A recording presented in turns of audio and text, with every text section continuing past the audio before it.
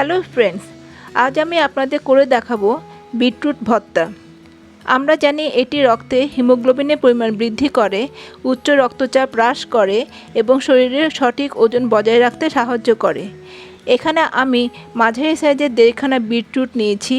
সেটি প্রথমে ভালোভাবে ধুয়ে নিতে হবে, তারপর খোসা ফেলে গ্রেট করে নিতে হবে।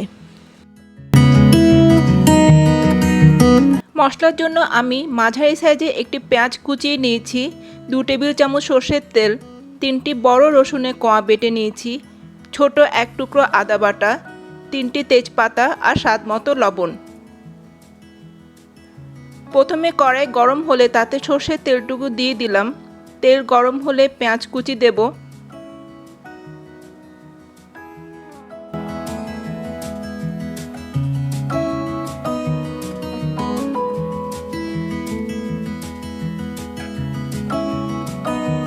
পেঁয়াজ নরম হয়ে এলে এতে একে একে রসুন বাটা,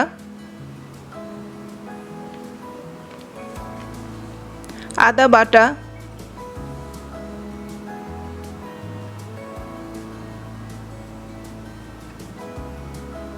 তেজপাতা,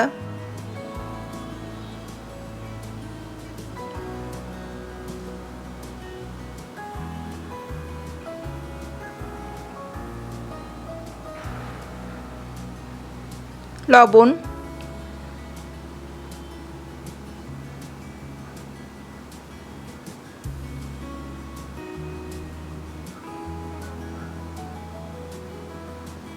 কাঁচা লঙ্কা দিয়ে ভালোভাবে কষিয়ে নিতে হবে।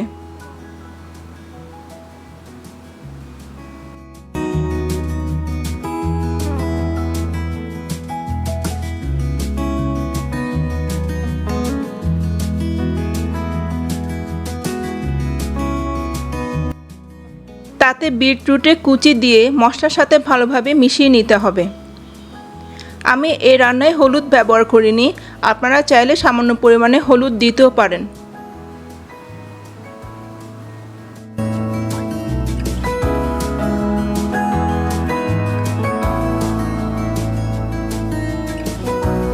এরপর ঢাকনা দিয়ে 10 মিনিটের জন্য ঢেকে দেব।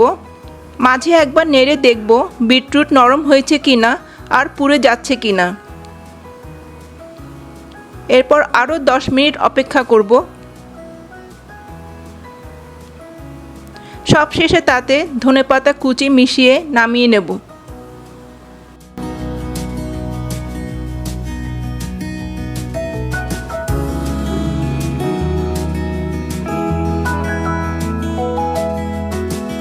গরম গরম ভাতের সাথে বিটরুট ভর্তা খেতে দারুণ লাগে। রান্নাটি অবশ্যই ট্রাই করবেন। ফ্রেন্ডস, ভিডিওটি যদি পছন্দ হয় অবশ্যই লাইক করুন, সাবস্ক্রাইব করুন এবং বেল বাটনটি প্রেস করতে ভুলবেন না। ধন্যবাদ।